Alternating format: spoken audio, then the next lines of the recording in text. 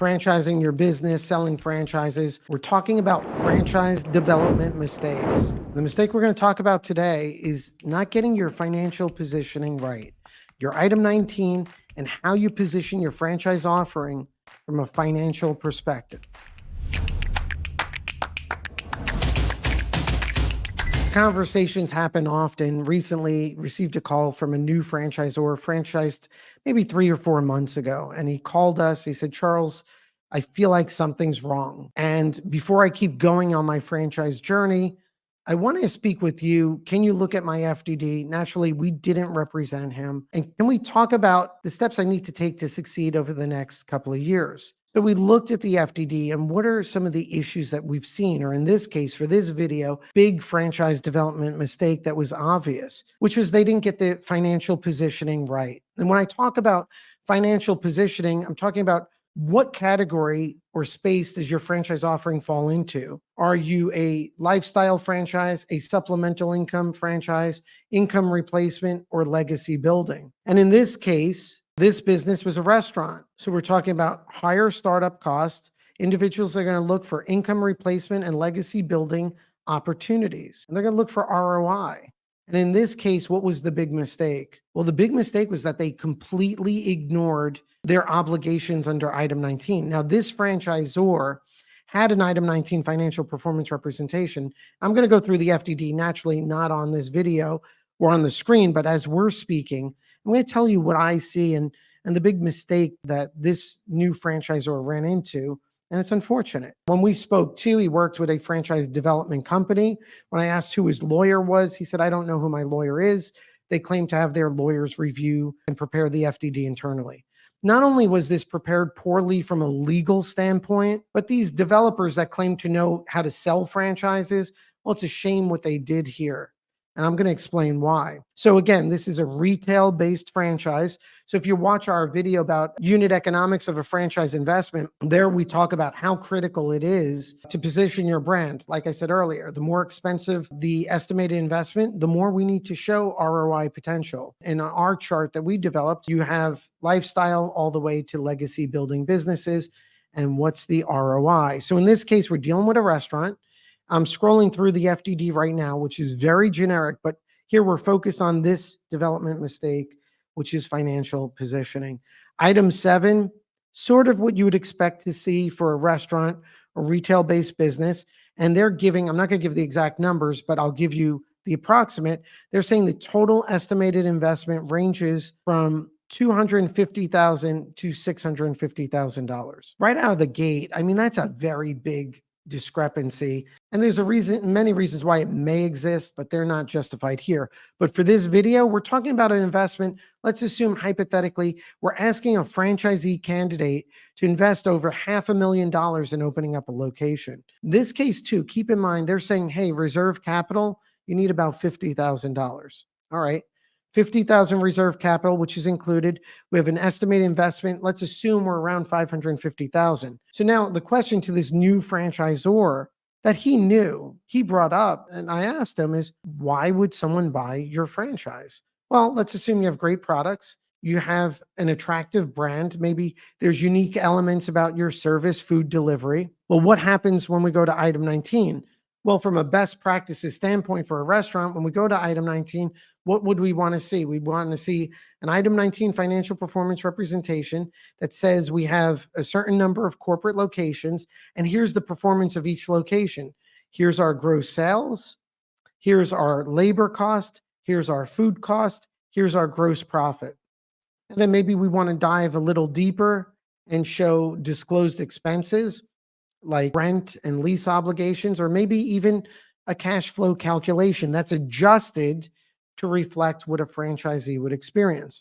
So now $500,000 investment plus, you only need 50,000 reserve capital. Let's go to the item 19 in the FDD prepared by this development company. And what do we see? Well, right out of the gate, we see complete laziness. And guys, I'm not just saying this. This is a development company that's out there telling people, we're going to help you franchise. And what's worse is after they do this, you're starting your marketing.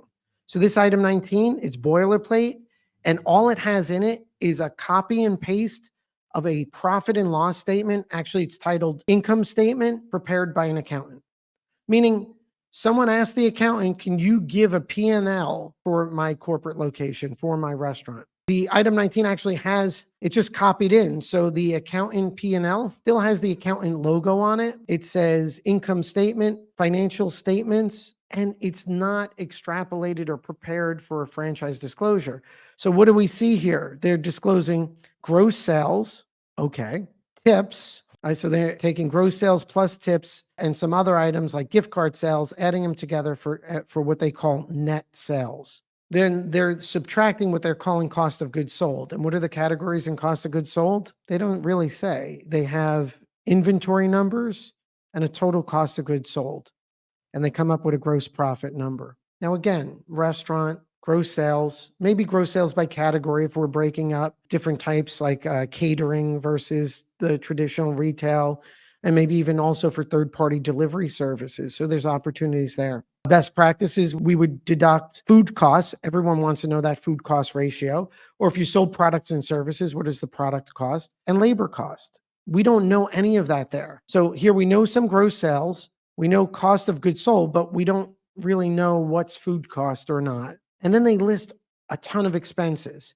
Again, this is the internal financial statements for this business. And as we all know, small businesses, your internal financial statements, your internal P&L, it needs to be cleaned up, right? And it shouldn't be presented to the public like this. So they're listing just all of the expenses. And what happens at the end?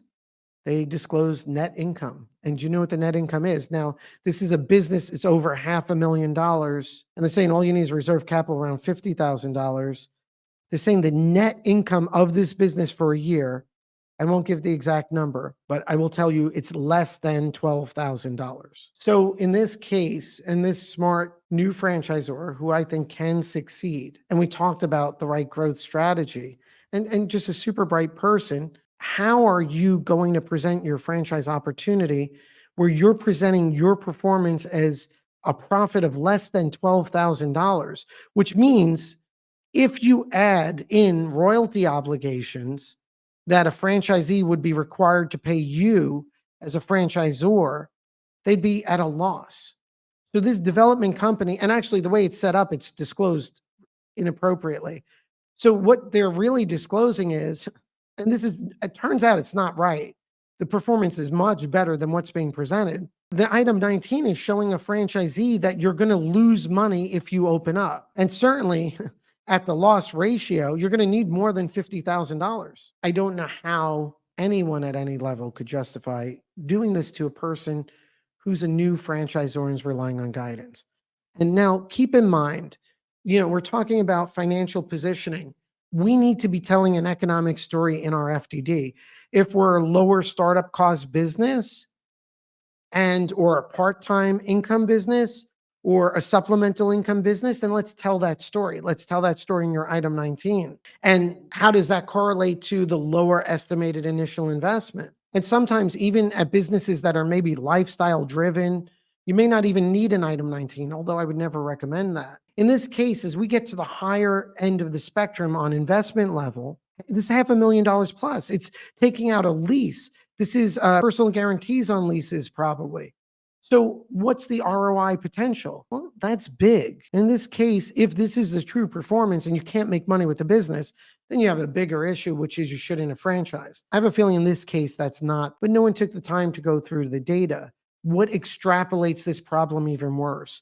We have a new franchisor out there, smart business owner. And again, someone said to me, this isn't right. When you look at the marketing materials that this franchise development company prepared, what did they say? Well, for me, a ton of generic things, but one that I think is going to be very funny, a really telling question, which I'll explain in a second. So I'm looking at the brochure now. And again, I'm not going to mention the business, it's a restaurant, and the generic terminology comes in. Hot investment, franchise opportunity. So what does that mean? An upscale restaurant in the blank industry, great franchise opportunity. Meaningless. The blank industry is blank billions. Nothing. That means nothing, right? So no one put any thought into this. Do we have a unique model in terms of our food service delivery? Do we have lower labor costs and maybe some automation? Do we have a unique menu? Do we have a catering program? Do we have a delivery or a food truck add-on program? What is our economic margin? How can anyone evaluate this? Then they list plus factors, successful prototype. These are all platitudes. Proven model. How many websites say proven model? What's proven? That I'm going to lose money if I look at your item 19? Comprehensive training. Crazy, right? The one I find so interesting is it's as if they didn't even look at the FDD. The same people prepared the FDD and did it where, in my opinion, they should not be performing legal services, separate issue. They also prepared the marketing materials. So the item 19 that shows a sub $12,000 profit, and if you add in royalties, a loss, in the brochure, they're saying strong ROI, return on investment. So if I look at my item 7 relative to my income potential, how is that strong ROI? It's technically negative. They say ROI motivated for an owner operator. Well, what does the item 19 say? I mean, maybe we have a sub $12,000 profit because owner operator has a salary of $200,000 in the P&L. It's not the case, or maybe it is and it's not disclosed there. So takeaways here. If you're a development company out there and you're listening and our firm does development and you think I'm wrong about any of this, please let me know. Let's talk about it on a video. But for you franchisors out there, new franchisors, understand no one is going to buy your franchise because they like the look of your logo or your restaurant format.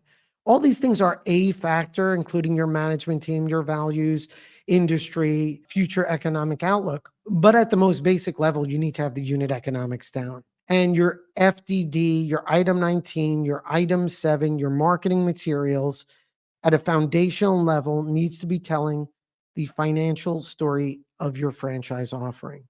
And the most basic level to start with is, number one, understand what is the economic positioning of your franchise offering. Are we lifestyle or are we legacy building? You know, that whole spectrum. The other is, what is the potential ROI story that your item 19 is telling relative to your item 7? And then along the way, we could get even more sophisticated, more deeper dive KPIs, right? If you're a service-based industry, number of service visits, average revenue.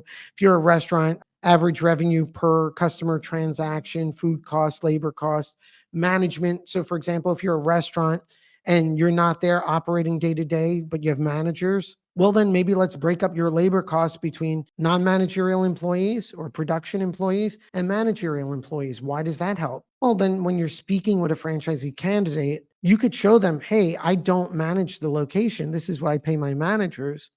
Potentially, if you manage your location, this would be income available to you. So we have to get the financial positioning right. We're going to talk about a ton of franchise development mistakes that we see, these unfortunate calls I receive all the time.